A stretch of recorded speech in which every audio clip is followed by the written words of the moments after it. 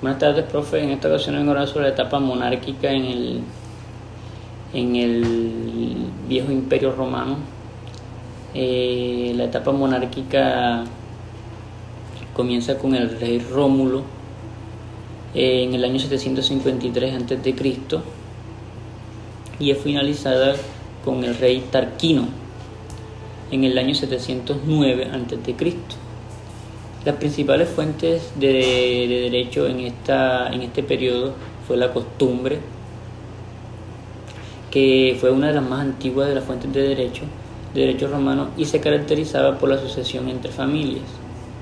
Luego tenemos la ley que se usó para poner en cualquier norma con fuerza universal dentro del cuerpo jurídico. Luego tenemos a los senaconsultos. Los senaconsultos eran los encargados de asesorar a los magistrados, y su acto, y era prácticamente el Senado, o sea, era el Senado, eso, el senaconsulto.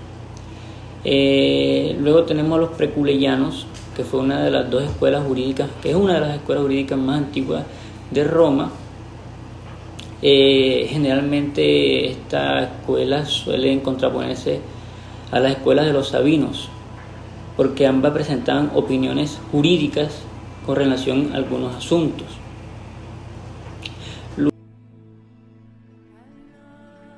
Con el tema de mis aportes en el derecho en la época de la República, esta etapa de la historia romana que queda comprendida entre los años 509 al 27 a.C., dando inicio a la época imperial.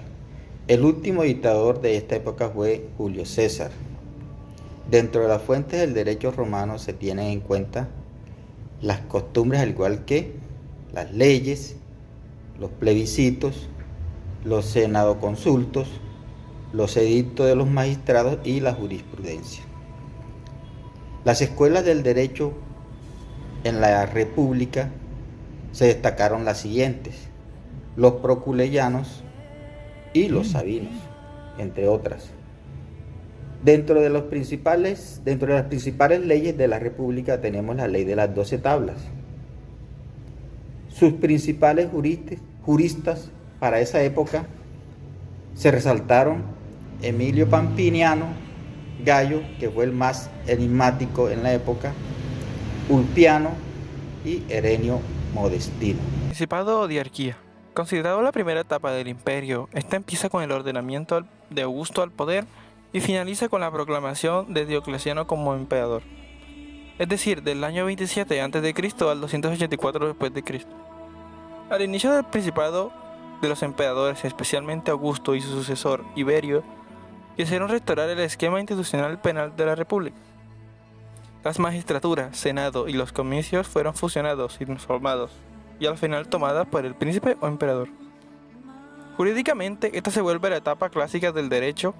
Sus fuentes formales siguen siendo las mismas del periodo anterior, a las que se sumaron las constituciones imperiales, que están divididas en 4 tipos: los edicta, los mandata, decrepta y rescripta.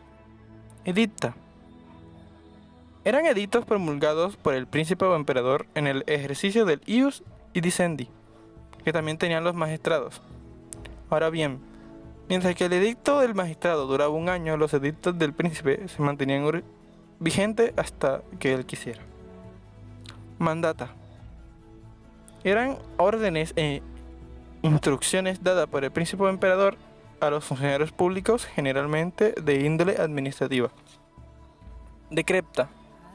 Como consecuencia de que a partir de Octavio surge un nuevo procedimiento llamado extraordinario, que se desarrollaba en una única fase ante un magistrado juez y ante la facultad que se le dio al príncipe de actuar como magistrado juez. Las sentencias o resoluciones que él dictaba en los asuntos sometidos a su juicio y conocimiento adoptaban este tipo de constitución imperial. Rescripta. Eran respuestas dadas por el príncipe o emperador a las consultas que se le hacían funcionarios o simples particulares sobre cuestiones jurídicas.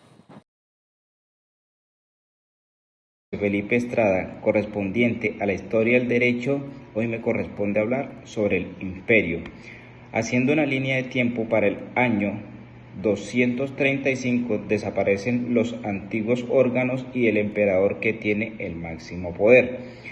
Muere Alejandro Servio y da paso a la anarquía militar. Para el año 284 Diocleciano crea una jerarquía. Para el año 426 la ley de citas se puede invocar a juristas. Resaltando las principales fuentes, encontramos la ley, los edictos, las constituciones imperiales, los jurisconsultos y los senadoconsultos. Haciendo énfasis en las principales escuelas, encontramos los sabinianos y los proculeyanos. Resaltando las principales leyes, encontramos la ley de las 12 tablas y la conspiración jurídica. Buenas tardes, compañeros. Mi nombre es Jesús de Ávila y les voy a hablar sobre la época de Justiniano en el Imperio Romano. Justiniano I, predecesor de su tío Justino, comienza su periodo en el año 527 después de Cristo hasta el año 565 después de Cristo, terminando con su muerte. Dentro de sus grandes aportes se encuentran la compilación justiniana del derecho romano, que se redactó en el año 549 después de Cristo, y como principal idea implicaba la restauración de la unidad territorial, la religiosa, la administrativa y sobre todo la jurídica, que sería el instrumento para lograr su finalidad.